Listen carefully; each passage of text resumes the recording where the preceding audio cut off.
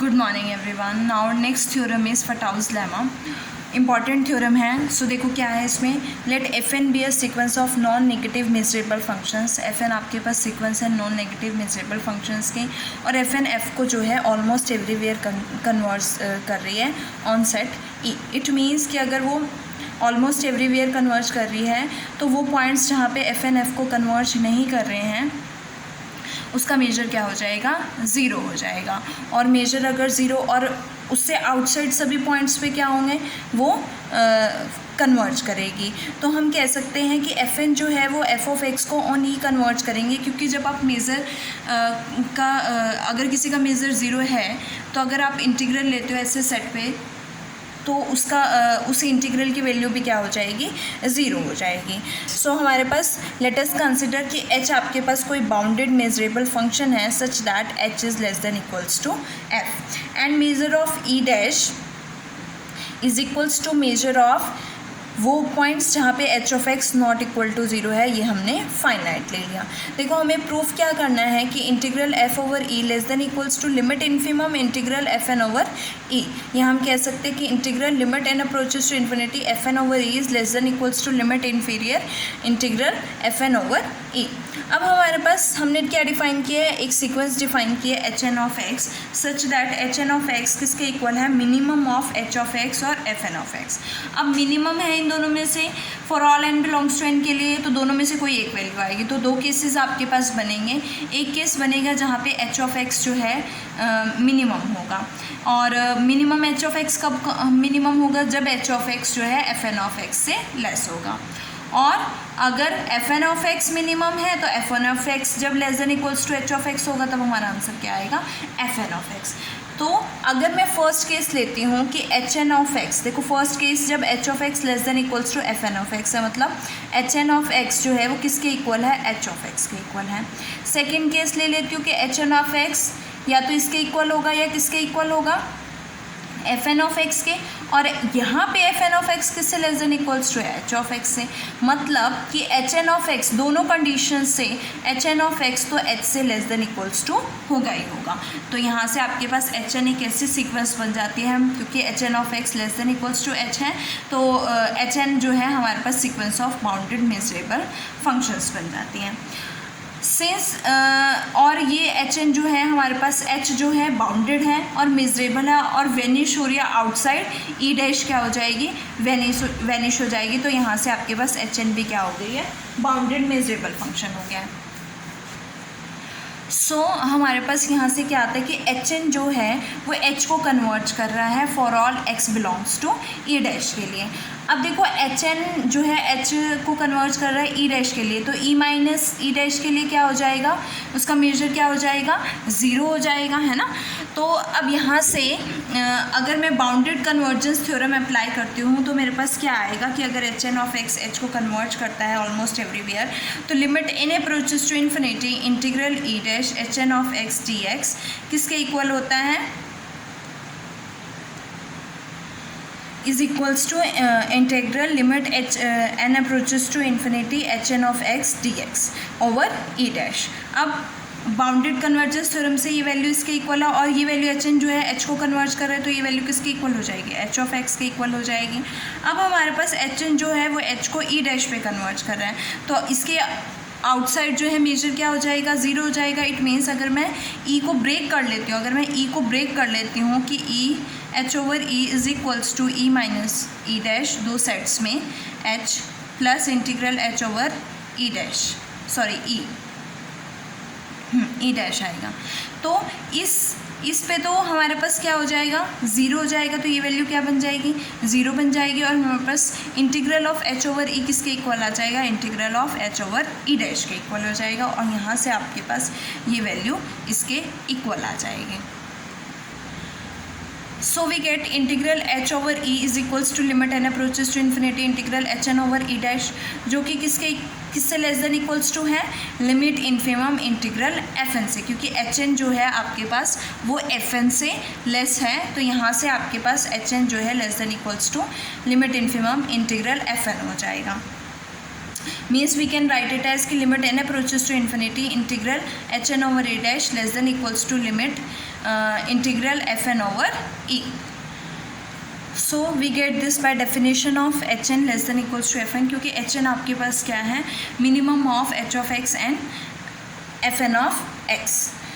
अब देखो यहाँ से अगर मैं सुप्रीमम ले लेती हूँ तो ये क्या बन जाएगा, लिमिट इन्फिमम बन जाएगा. और यहाँ से सुप्रीमम क्या कंडीशन है, h less than equals to f होना चाहिए, इंटीग्रल h ओवर e. और ये किसकी वैल्यू है आपके पास, इंटीग्रल f ओवर e की वैल्यू है. तो ये किससे लेस देन इक्वल्स टू हो जाता है, limit infimum integral fn over e से लेस हो जाता है, which we have to prove.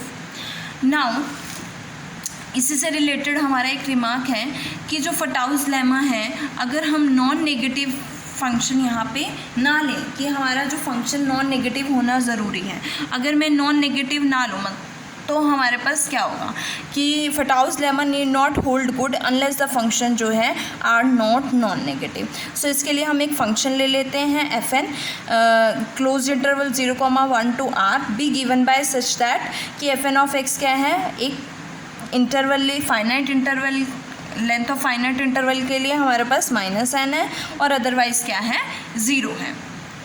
सो इस फंक्शन के अकॉर्डिंग या तो fn जो है नेगेटिव होगा या 0 होगा. So we can say that कि fn जो है लेस देन इक्वल्स टू 0 है for all x. Therefore fn हमारे पास सीक्वेंस हो गई नेगेटिव फंक्शंस की, और we can say that not non negative functions की. अगर मैं n को 1 पुट करूँगी तो मेरे पास ये फंक्शन बनेगा, 2 पुट करूँगी तो ये फंक्शन बनेगा, 3 पुट करूँगी तो ये फंक्शन बनेगा, and up to so on. और यहाँ से जैसे ही limit n approaches to infinity, मतलब इन्फानाइट के लिए लेना है, तो इन्फानाइट के लिए आपके पास क्या है, 0 है. तो limit n approaches to infinity fn over x क्या हो जाएगा, 0 हो जाएगा almost everywhere, which is equals to जो किसके इक्वल आएगी, लिमिट fn ऑफ x किसके इक्वल है, f ऑफ x के इक्वल है. अब अगर मैं इंटीग्रल 0 to 1 fn dx की वैल्यू फाइंड आउट करूँ, इसको मैं n पार्ट्स में ब्रेक कर देती हूँ, तो क्या आएगा, 0 to 1 by n, 1 by n to 2 by n, 2 by n to 1 and up to so on.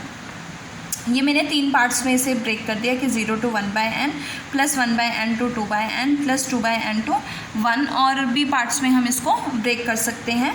तो अब यहाँ से हमारे पास इस इंटरवल के लिए वैल्यू क्या है, -n है fn की. बाकी सभी इंटरवल्स के लिए क्या वैल्यू है, 0 है. तो यहाँ से हमारे पास ये क्या हो जाएगा, -n हो जाएगा. ये सभी वैल्यूज़ क्या हो जाएंगी, 0 हो जाएंगी. तो मेरे पास आंसर क्या आएगा, -1. और अगर मैं इसकी लिमिट लेती हूँ तो भी आंसर क्या आएगा, -1. तो मेरे पास limit infimum n approaches to infinity integral 0 to 1 fn of x dx किसके इक्वल हो गया, -1 के इक्वल हो गया. और अगर f जो है वो 0 है तो इसका इंटीग्रल भी क्या हो जाएगा, 0 हो जाएगा. इट मीन्स इंटीग्रल f जो है वो greater than equals to this हो गया लिमिट इन्फिमम के. बट फटाउज लेमा क्या कहता है कि ये इससे लेस होता है. सो ये उल्टी कंडीशन हो गई. तो इसलिए कि अगर फटाउज लेमा, अगर नेगेटिव फंक्शंस हैं हमारे पास, तो फटाउज लेमा जो है वो होल्ड नहीं करेगा.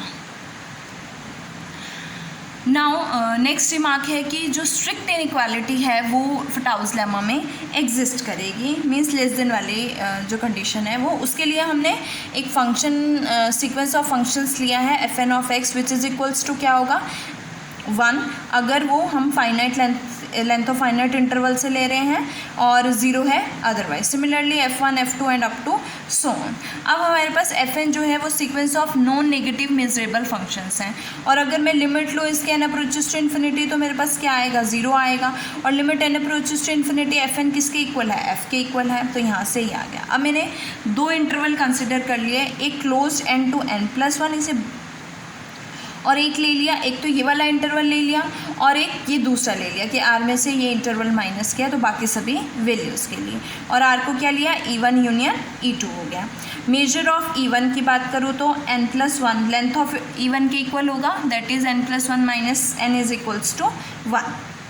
So we get integral fn over r is equals to integral fn over e1 plus integral fn over e2. अब fn over e1 क्या है, मेजर क्या है इसका, 1 है, तो यहाँ पे 1 आएगा. और यहाँ पे क्या है, सॉरी एफ एन की वैल्यू जो है E1 पे वो क्या है 1 है ना। हमारा इंटरवल क्या है, ये वाला इंटरवल है और इस पे एफ एन की वैल्यू क्या है 1 है, और ये क्या बनेगा मेजर ऑफ E1 के इक्वल बनेगा, और मेजर ऑफ E1 1 है, और इस पे वैल्यू E2 पे क्या है हमारे पास वैल्यू 0 है, तो अदरवाइज 0 है तो ये 0 हो जाएगा, और इस इंटीग्रल की वैल्यू भी क्या हो जाएगी 0। तो यहाँ से आपके पास इंटीग्रल FN ओवर R क्या आ जाता है 1 आ जाता है, और अगर मैं लिमिट लूँगी तो सेम वैल्यू आएगी आपके पास 1। और वी कैन से दैट कि लिमिट इन्फिमम जो है integral FN over R dx किसके इक्वल है 1 के इक्वल है। और अगर मैं f के इंटीग्रल की बात करूँ तो f तो आपके पास 0 है, तो उसका इंटीग्रल भी क्या हो जाएगा 0 हो जाएगा, और ये वैल्यू 0 जो है वो लेस देन 1 है, तो 0 इज़ लेस देन 1, 1 किसके इक्वल है इसके इक्वल है, तो ये किससे लेस हो जाएगा इससे लेस हो जाएगा, और यहाँ से आपकी स्ट्रिक्ट जो इनइक्वालिटी है वो एग्जिस्ट करती है, और इसके साथ आपका ये टॉपिक ख़त्म होता है। नेक्स्ट वीडियो में हम मोनोटोन कन्वर्जेंस थ्योरम पढ़ेंगे।